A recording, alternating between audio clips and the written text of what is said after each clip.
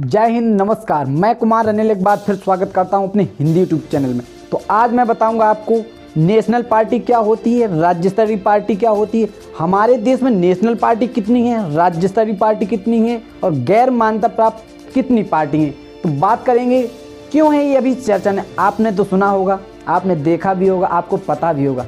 अभी चल रहा है चुनाव का माहौल। जब भी चुनाव का माहौल होता है गर्माहट तो होती है, जनता में हो या नेताओं में हो या जुबानी जंग हो, दोनों में तेज बहस होनी लाजमी है।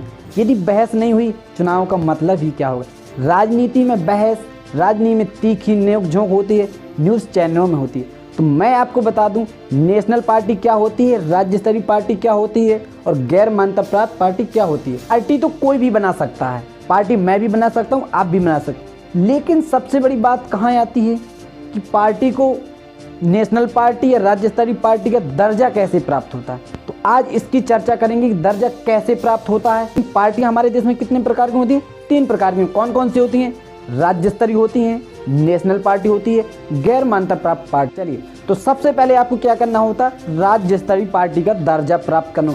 राज्य स्तरीय पार्टी का दर्जा प्राप्त करने का आपको क्या करना होगा? सबसे पहले आपकी पार्टी जो होगा, किसी आपकी पार्टी का कोई भी नाम हो सकता है, कोई भी आप रख सकते हैं।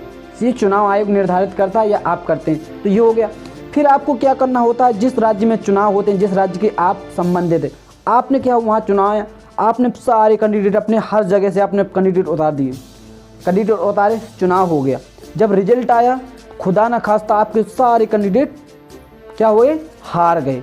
तो क्या आप राज्य स्तरीय पार्टी का दर्जा प्राप्त कर सकते हैं?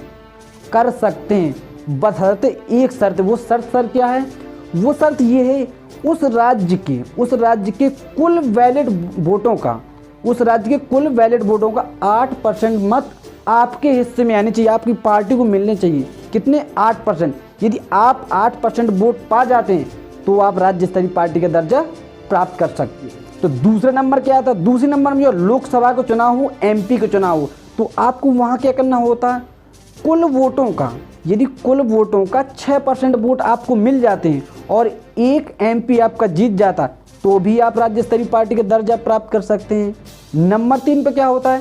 MLA के चुनाव हैं, कुल वोटों का 6%, कुल वोटों का 6% और 2 MLA आपकी जीत जाते तो भी आप राज्य स्तरीय पार्टी का दर्जा प्राप्त कर सकते हैं।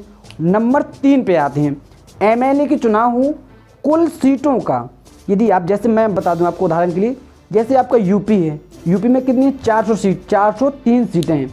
यदि उनमें से 3% सीटें, 3% MLA आपकी जीत जाते हैं तो भी आप राज्य स्तरीय पार्टी का दर्जा प्राप्त करते हैं।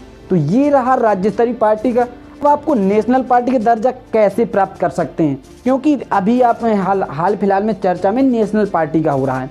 तो इसमें क्या, अरविंद केजरीवाल की पार्टी आम आदमी पार्टी ने जैसा कि नेशनल पार्टी का दर्जा प्राप्त कर लिया, तो उसने क्या क्या शर्तें फॉलो की हैं, क्या क्या शर्तें उसने पूरी की, मैं स्टेप बाय स्टेप बताता हूँ।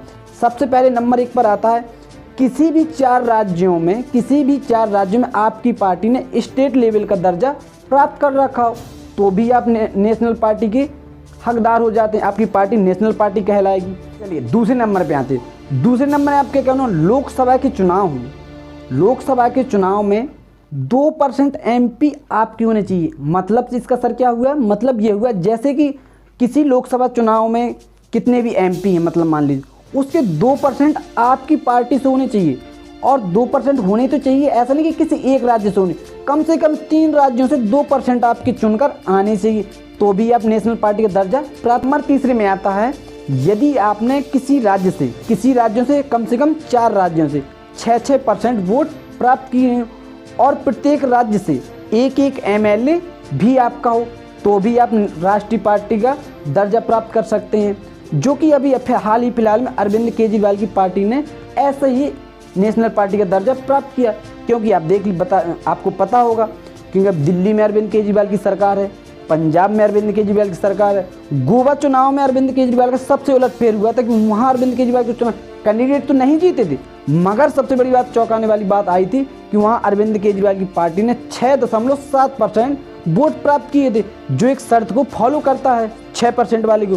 फिर सबसे बड़ी क्या, अभी हाल ही फिलहाल में गुजरात में देख लीजिए, गुजरात चुनाव में क्या हुआ, अरविंद केजरीवाल की पार्टी भले ही चुनाव हारी हो, 5 कैंडिडेट वहाँ से जीते भी और उसने कुल वोटों का 13% वोट भी वहाँ से प्राप्त किया, तो भी वो नेशनल पार्टी की हकदार हो गई। नेशनल पार्टी बनने के फायदे क्या क्या होते हैं, क्योंकि हर पार्टी सोचती है कि मैं नेशनल पार्टी बनूं, राज्य स्तरीय पार्टी बनूं, तो इसके फायदे क्या क्या हों। पहला फायदा ये होता है, पार्टी बनने से आपको मिलता है एक चुनाव चिन्ह, जो कि एक पार्टिकुलर होता है आपका। यदि आपको कोई चुनाव चिन्ह मिल गया है, फिर वो चुनाव चिन्ह किसी को नहीं दिया जा सकता है। दूसरे नंबर में क्या होता है, आप सरकारी टीवी, रेडियो, कहीं भी आप अपने ऐड दे सकते हैं, कहीं भी आप भाषण दे सकते हैं, कहीं भी आप अपना ऐड करवा सकते हैं, तो ये हो जाएगा।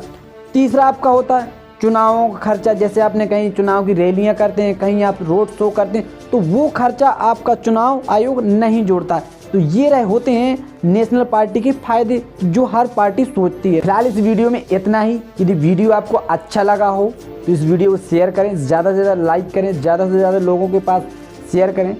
तो इस वीडियो को देखने के लिए फिलहाल बहुत बहुत शुक्रिया।